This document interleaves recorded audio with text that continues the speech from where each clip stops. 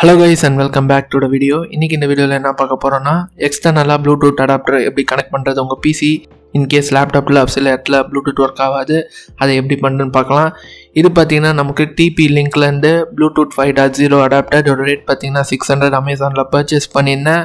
So 1 year warranty வருது plus Windows supported. Windows 11 நமக்கு support கொடுத்துருக்காங்க. டைரக்டா பிளக் அண்ட் ப்ளே.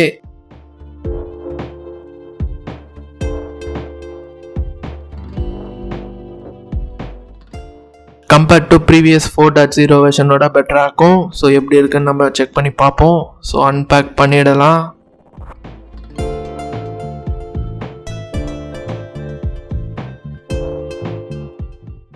நமக்கு பார்த்தீங்கன்னா ரிசீவர் ப்ளஸ் யூசர் மேனுவல் கொடுத்துருக்காங்க. இன்கேஸ் சில பேருக்கு சில டீட்டெயில்ஸ் தேவைப்படும், அதெல்லாம் நீங்கள் பார்த்து தெரிஞ்சுக்கலாம்.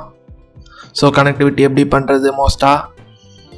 ஸோ இது ப்ளூடூத் 5.0 பிராண்டிங் நம்ம ஃப்ரண்ட்லேயே கொடுத்துருக்காங்க. பின்னாடி அவங்களோட லோகோ கொடுத்துருக்காங்க. பட் 4.0 வெர்ஷனில் இதெல்லாம் இருக்காது. நான் பார்த்தீங்கன்னா ரொம்ப நல்லா யூஸ் பண்ணிகிட்டு இருக்கேன். இதில் பெட்டர் ஸ்பீட்ஸ், அதை பார்த்தீங்கன்னா கனெக்ட் ஆகிற ஸ்பீடும் இருக்கட்டும்.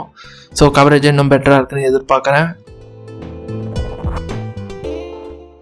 இந்த அடாப்டரை உங்கள் பிசியில் கனெக்ட் பண்ணிட்டீங்கன்னா USB போர்ட் மூலிமா உங்களுக்கு ப்ளூடூத்தோட லோகோ வந்துடும்.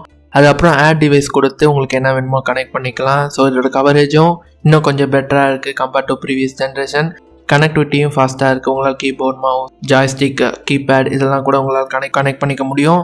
ஸோ இதே மாதிரி இன்னொரு வீடியோவில் வந்து உங்களை பார்க்குறேன். So bye.